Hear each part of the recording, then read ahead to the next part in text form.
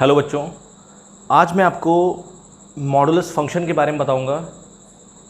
अगर आप इस वीडियो को पूरा देखते हैं तो मॉडुलस फंक्शन में आज के बाद आपको कभी दिक्कत नहीं आएगी। मॉडुलस फंक्शन की अगर हम बात करें तो मॉडुलस फंक्शन को सबसे पहली बात, जैसे मान लो लिखा हमने y बराबर मॉड ऑफ x, इसको क्या पढ़ते हैं? y बराबर मॉड ऑफ x, y बराबर this is called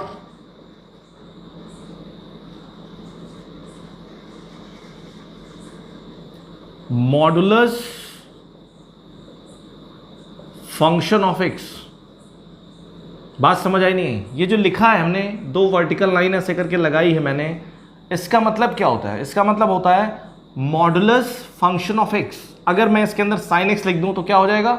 modulus function of sin x। अगर मैं इसके अंदर cos x लिख दूं तो हो जाएगा modulus function of cos x।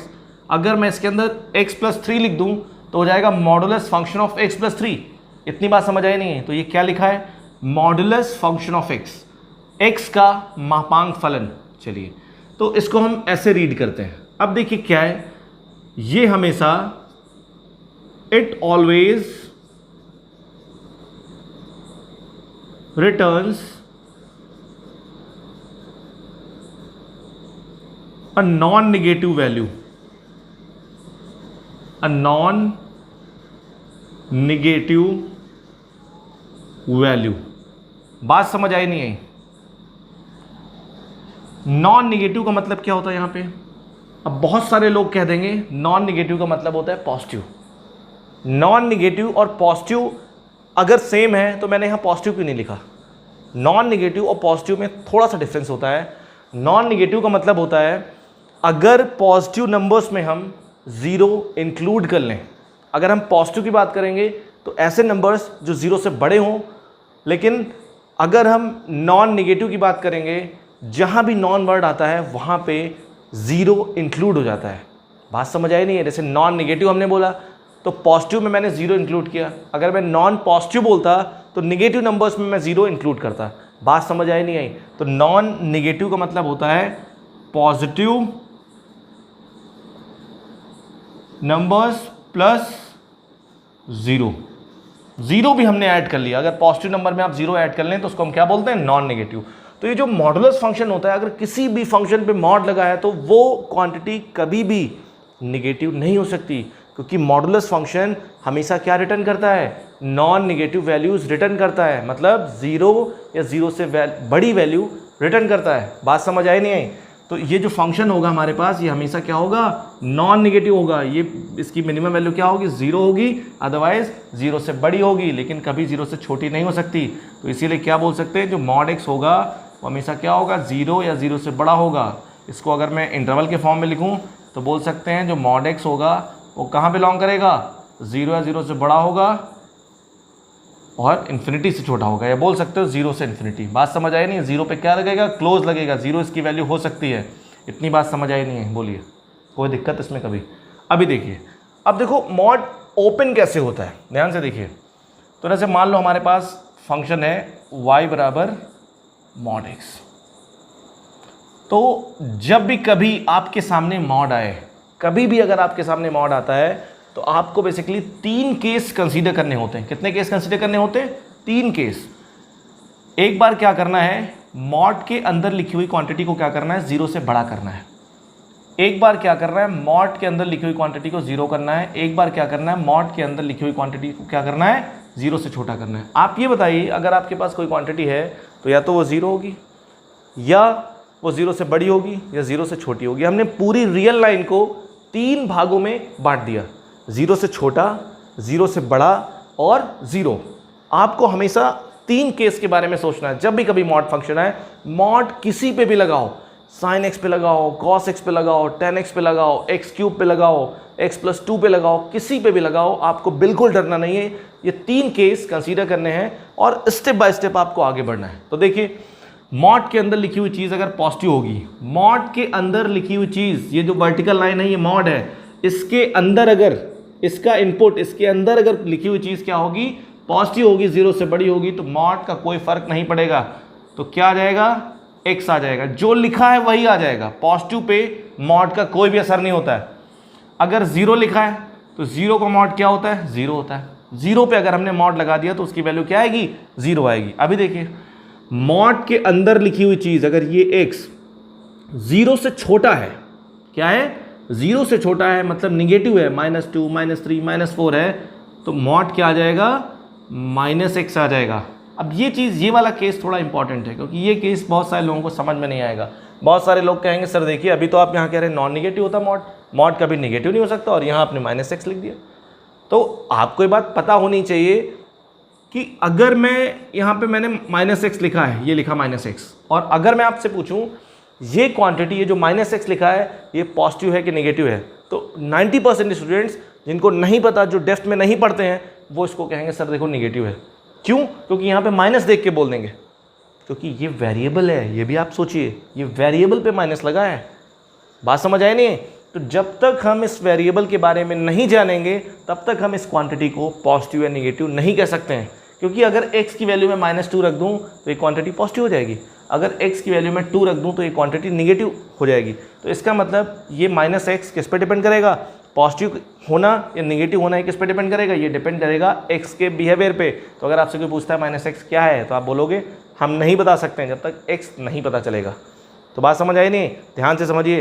लेकिन अगर मैं -2 पे, मतलब 2 पे माइनस लगा दूं तो इसका मतलब क्या होगा, ये क्वांटिटी नेगेटिव, क्योंकि हमें ये पता है ये 2 है। लेकिन क्या आपको पता है ये 2 है? ये तो 2 भी हो सकता है, -2 भी हो सकता है। तो -2 हो जाएगा तो पॉजिटिव, 2 हो जाएगा तो नेगेटिव। बात समझ आई नहीं? तो वेरिएबल पे अगर कभी माइनस लगाओ तो वो वेरिएबल के नेचर पे डिपेंड करता है। तो यहाँ देखो अगर हम इसकी बात करें तो ध्यान से देखिए, ये क्वांटिटी यहाँ पे x क्या है, नेगेटिव है, तभी क्या आएगा, -x आएगा। तो देखो कोई भी नेगेटिव नंबर आप यहाँ रख के देखो तो क्या आएगा, ये प्लस आएगा। स्टिल ये प्लस लिखा हुआ है। बात समझ आई नहीं है? तो ये वाला केस थोड़ा ज़्यादा इंपॉर्टेंट है, अभी आपको समझ में आ जाएगा हम क्या कहना चाह रहे हैं। तो कभी भी मॉड अगर आपके सामने आता है तो इन 3 केस के बारे में आपको सोचना है और एक्यूरेसी के साथ आगे बढ़ना है, आपका आंसर आ जाएगा।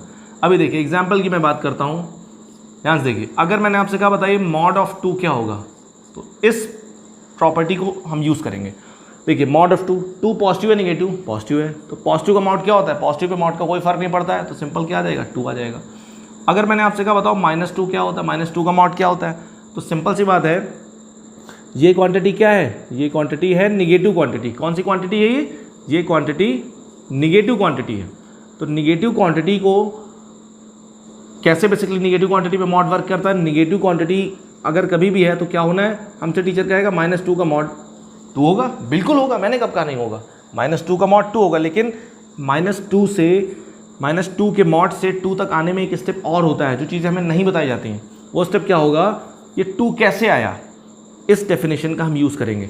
तो देखिए -2 है, तो -2 कौन सी क्वांटिटी है, निगेटिव क्वांटिटी है। तो निगेटिव क्वांटिटी के लिए मॉड कैसे खुलता है, मॉड हट जाता है और बाहर क्या लग जाता है, माइनस लग जाएगा।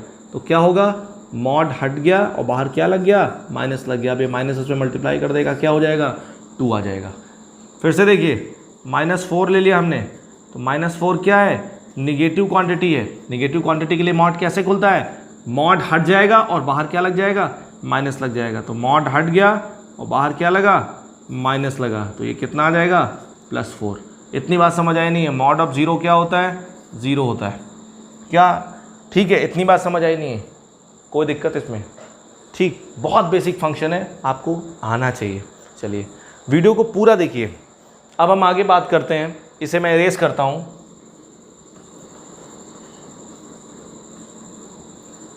अभी ध्यान से देखिए, आपको मैं इसके ग्राफ के बारे में बताता हूँ, इसका ग्राफ कैसे बनता है। ठीक, ग्राफ ऑफ y बराबर मॉड x, या बोल सकते हो मॉडुलस फंक्शन। तो इसके ग्राफ के बारे में बात करेंगे हम। ध्यान से देखिए, ये फंक्शन लिखा है। ठीक, देखिए फंक्शन, ये जो फंक्शन लिखा ना, ये फंक्शन एक्सटेंशन इसको बोलते हैं। क्या बोलते हैं हम, फंक्शन एक्सटेंशन। एक्सटेंशन का मतलब क्या है, अलग अलग इंटरवल में अलग अलग x के लिए फंक्शन हमारे पास अलग अलग दिया है। बात समझ आई नहीं है? जैसे मान लो एक फंक्शन मैंने ये लिखा f(x) बराबर x², तो इसका क्या मतलब है, इसका मतलब x कुछ भी हो, आपको हमेशा क्या यूज़ करना है, f(x) बराबर x² यूज़ करना है। x पॉजिटिव हो, निगेटिव हो, 0 हो, कुछ भी हो, आपको हमेशा क्या करना है, एक्स स्क्वायर यूज़ करना है। लेकिन इस फंक्शन का अगर मेरे को ग्राफ बनाना है तो देखो यहाँ पे फंक्शन क्या है, फंक्शन एक्स पॉजिटिव के लिए अलग है, एक्स बराबर 0 के लिए अलग है, एक्स नेगेटिव के लिए अलग है। आपको पता है ये जो लिखा है y बराबर एक्स, वाई बराबर 0, वाई बराबर -x, ये सब क्या है, ये सब लाइन है। हमारे पास देखो कितनी लाइन मिल रही है, y बराबर x और एक लाइन मिली y बराबर -x, और क्या मिला, एक लाइन मिली y बराबर 0। ध्यान से देखिएगा, ध्यान से समझिएगा, ये सब क्या है, y बराबर x एक ऐसी लाइन है जो मूल बिंदु से पास होती है, जो ओरिजिन से पास होती है, जिसका स्लोप क्या होता है, 1 होता है। मतलब थीटा कितना होता है, 45। ये y बराबर -x एक ऐसी लाइन है, ये भी ओरिजिन से पास होती है, जिसका स्लोप -1 है, और थीटा कितना है, 135 है। इसका थीटा कितना है, 45 डिग्री है, और इसका थीटा कितना है, 135 डिग्री। इतनी बात समझ आई नहीं आई? तो देखिए हमने क्या किया, तीनों लाइन को ड्रॉ किया। ध्यान से देखिए, तीनों लाइन को मैंने ड्रॉ किया। ठीक, ये लाइन बनी हमारे पास y बराबर x। कौन सी लाइन बनी, ये y बराबर x लाइन बनी। ये थीटा होता है 45 पे बनती है। ठीक, और ये लाइन हमारे पास बनी, ये वाली लाइन, इसको बोलेंगे हम y बराबर -x। इसका थीटा होता है 135। ये आपको आना चाहिए, वैसे कोऑर्डिनेट ज्योमेट्री में आपने पढ़ा होगा। ठीक, ये लाइन बनी। ठीक, अभी देखिए ये लाइन मैं ड्रॉ करता हूँ। आपको पता है y बराबर 0 किसकी इक्वेशन होती है, x एक्सिस की, ये y बराबर 0। ठीक, हमने तीनों लाइन ड्रॉ कर दी। ठीक, देखिए ग्राफ को रट लेना और ग्राफ को समझना कि ग्राफ कहाँ से आता है, दोनों अलग अलग एस्पेक्ट हैं। अगर आप किसी चीज़ को एज इट इज़ एक्सेप्ट कर लेते हैं बिना जाने तो बहुत प्रॉब्लम होगी, लेकिन अगर आप 2 मिनट रुक के आप जान लेते हैं मॉड फंक्शन बना कैसे, तो आपकी अंडरस्टैंडिंग अलग लेवल की होगी। बात समझ आई नहीं है? तो देखिए हमने y बराबर x लाइन बनाई, y बराबर -x बनाई, और y बराबर 0 बना दी लाइन। ठीक, अब मेरे को क्या करना है, y बराबर x लाइन कितने के लिए लेनी है, 0 से बड़े के लिए। y बराबर 0 लाइन कितने के लिए लेनी है, सिर्फ x बराबर 0 पॉइंट के लिए। y बराबर -x लाइन कितने के लिए लेनी है, सिर्फ 0 से छोटे के लिए। बाकी लाइन को मेरे को इतने के लिए ले लेना, बाकी को छोड़ देना है। ठीक, ध्यान से देखिए आप, जैसे मान लीजिए हमारे पास क्या है, y बराबर x लाइन है। y बराबर x लाइन मेरे को कितने के लिए लेनी है, x पॉजिटिव के लिए। y बराबर -x लाइन मेरे को कितने के लिए लेनी है, x नेगेटिव के लिए। और y बराबर 0 लाइन कितने के लिए लेनी है, x बराबर 0। तो आपको पता है ये x बराबर 0 है, x बराबर 0 पे y बराबर 0, मतलब ये y बराबर 0 लाइन है। मेरे को पूरी लाइन नहीं लेनी, मेरे को x बराबर 0 के लिए लेनी, तो ये पॉइंट मिलेगा, 0,0 मिलेगा। ठीक, अब x पॉजिटिव के लिए मेरे को क्या लेना है, ये y बराबर x लाइन है। x पॉजिटिव के लिए मेरे को y बराबर x लाइन लेनी है। तो x पॉजिटिव तो इधर होगा ना, ये भाई 0 से बड़ी वैल्यू तो इधर होगी, तो हमें कौन सी लाइन लेनी, मतलब y बराबर x लाइन जो है, मुझे इस लाइन का पोर्शन ये वाला लेना है। बाकी मेरे को ये डिस्कार्ड कर देना है, ये छोड़ देना है। y बराबर -x लाइन कितने के लिए लेनी है, x नेगेटिव के लिए, तो मेरे को ये वाला पोर्शन ले लेना है और इधर का छोड़ देना है। तो आप देख रहे हैं ये जो रेड कलर से मैंने ग्राफ बनाया है, ये ग्राफ किसका है, ये ग्राफ है मॉडुलस फंक्शन ऑफ x का। अगर मैं इधर बनाऊँ रेड से, तो ये किसका ग्राफ है, ये ग्राफ बना है मॉडुलस फंक्शन ऑफ x का, ये वाला ग्राफ जो बना है। बात समझ आई नहीं? तो ये ग्राफ बेसिकली वी शेप में होता है, और कहाँ से स्टार्ट होता है, ओरिजिन से स्टार्ट होता है। ये ग्राफ होता है मॉडुलस फंक्शन ऑफ x का। बात समझ आई नहीं? कोई प्रॉब्लम इसमें? तो आपको एक ग्राफ पता होना चाहिए, क्योंकि देखिए डिफरेंशियबिलिटी, कंटिन्यूटी इसमें बहुत ज़बरदस्त यूज़ है। ठीक है, कोई दिक्कत इसमें? अभी देखिए, जैसे मान लीजिए हमारे पास क्या है, इसको मैं इरेज करता हूँ, फिर थोड़ा सा मैं बात करता हूँ आगे।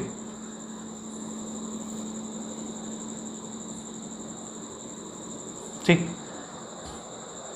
अभी देखिए जैसे मान लो एक एग्जाम्पल लेता हूँ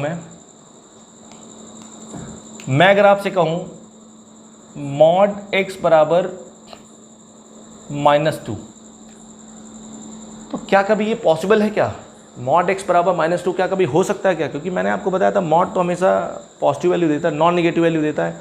तो मॉड कभी भी निगेटिव नहीं हो सकता है। मतलब ये क्वांटिटी क्या है, ये क्वांटिटी 0 या 0 से बड़ी है ना, और ये कह रहा है ये क्या है, ये क्वांटिटी ये निगेटिव है। तो एक पॉजिटिव क्वांटिटी एक नॉन नेगेटिव क्वांटिटी एक नेगेटिव क्वांटिटी के कैसे बराबर हो सकती है? इसका मतलब बोल सकते हैं मॉड एक्स कभी नेगेटिव नहीं होता है, 0 या 0 से बड़ा होगा, तो इसका मतलब बोल सकते हैं नो सोल्यूशन, इसका कोई भी सोल्यूशन नहीं होगा। इतनी बात समझ आई नहीं आई? एक बात आप लिख लीजिए, एक प्रॉपर्टी है, मॉड एक्स कभी भी अगर a के बराबर है तो यहाँ से दो वैल्यू होंगी जो उसको सेटिस्फाई करेंगी। एक होगा x बराबर a और दूसरा क्या होगा x बराबर -a। जैसे मान लीजिए एग्जांपल में लेता हूँ, मॉड x बराबर 2 लिखा हमारे पास, तो आपको पता होना चाहिए इसको 2 भी सेटिस्फाई करेगा और -2 सेटिस्फाई करेगा। जैसे मान लो लिखा है मॉड x बराबर 0, तो ये तभी पॉसिबल है जब x क्या होगा? 0 होगा। जैसे मान लो लिखा है हमारे पास मॉड x बराबर 7, तो क्या पॉसिबल है? जब x बराबर 7 आएगा और -7 आएगा। इतनी बात समझ में आई कि नहीं आई? बताइए, कोई दिक्कत? चलिए अभी देखिए, जैसे मान लो इसमें कोई दिक्कत? अब देखिए थोड़ा सा इसको मैं इरेज करता हूँ और आगे बात करता हूँ।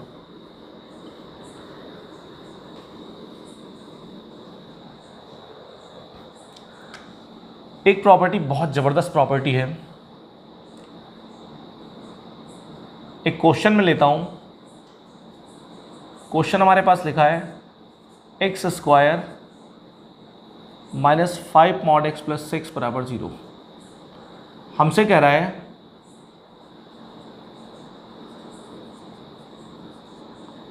Find the number of